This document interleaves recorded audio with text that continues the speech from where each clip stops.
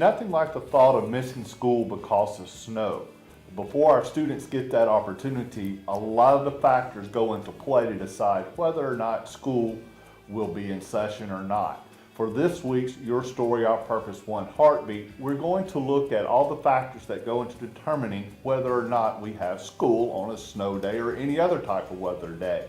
With me is Charles Laney, the District's Director of Operations. And Charles, it's kind of your job as we move forward about having school or not having school. So kind of take us through that process and everything that you have to look at before a decision is made. Okay. There's actually several processes we're going to look at when we evaluate whether we're going to close school or not. First, the main priority we look at is the safety of all of our students and employees. We'll make sure that we do not put them out in any condition that might cause harm or damage to any of them. We've already had a couple of cases this year, and I've been involved a little bit in that process. You don't get much sleep the night before. You guys are up looking at the roads early that morning. Kind of tell us how your day starts, what are you looking for, and at what time do you hope to have a decision made? We actually start during the night. We monitor the weather during the night. We also contact NOAA, Highway Patrol Department, and actually WTVA, Matt and Greg are a great resource to our community and our school on keeping us updated on what's approaching as far as bad weather. From there, during the night, we stay up, monitor the weather, and about 4 o'clock, we have a team that gets out and actually rides the roads and reports back to the superintendent on what we're seeing out there, reporting any dangerous conditions we have. Let's say you've got, from a bus route standpoint, or how many routes would it take where you have the roads are in bad conditions to call it a day?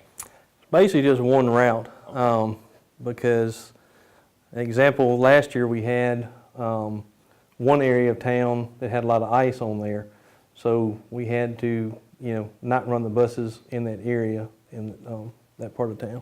Same things for tornadoes. I know we had a situation not long ago with a tornado as well. We had tornado one week and snow the next. Yeah. Is it the same process with tornadoes? Tornadoes, it's a little bit different because we have the safe rooms now at Thomas, Joyner, Carver, and we also have the reinforced hallways, ECEC, Parkway, and Lawndale. So those kids have a place to go. But yes, if kids are in session, we kind of monitor, the weather, what's going on there, and then make a decision on whether to release them or not. Now, there are also cases where we have half days or what's the other term, abbreviated days, or whatever how you call it, or late start. Late start. Yeah. How is that determined?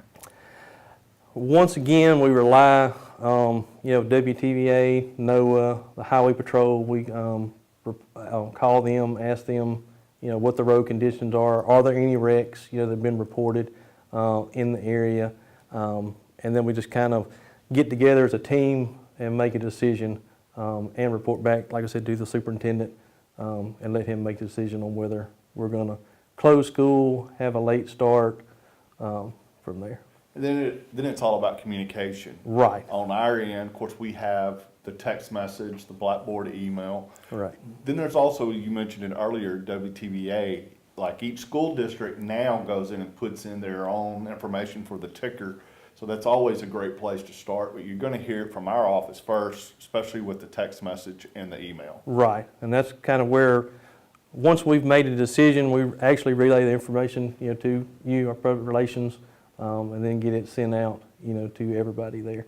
But we have to make that decision by 5:30 in the morning so buses will be able to get on the road and pick up kids. Now, so that we don't lose a day of school, what's on an early dismissal, what time are we looking at usually for students to get out where it still doesn't cost us a day? I would normally do the 60% rule on that. If we can make it, if we can't, we just have to make a call, to release the kids out and get them all safely, which is another factor. Even after we dismiss, we still have to get all the kids out and also get all the buses back for the bus drivers to be safely back in there, which is around 4:30 or 5 o'clock in the afternoon. So lots of factors that go in. There is a ton. So you're the guy that students can get all mad about if we don't have school, right? Right, right.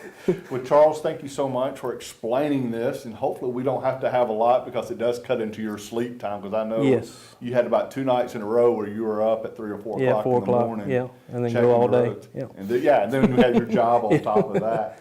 Well, thank you for joining Your Story, Our Purpose, One Heartbeat. I'm Greg Ellis, and we'll see you next week.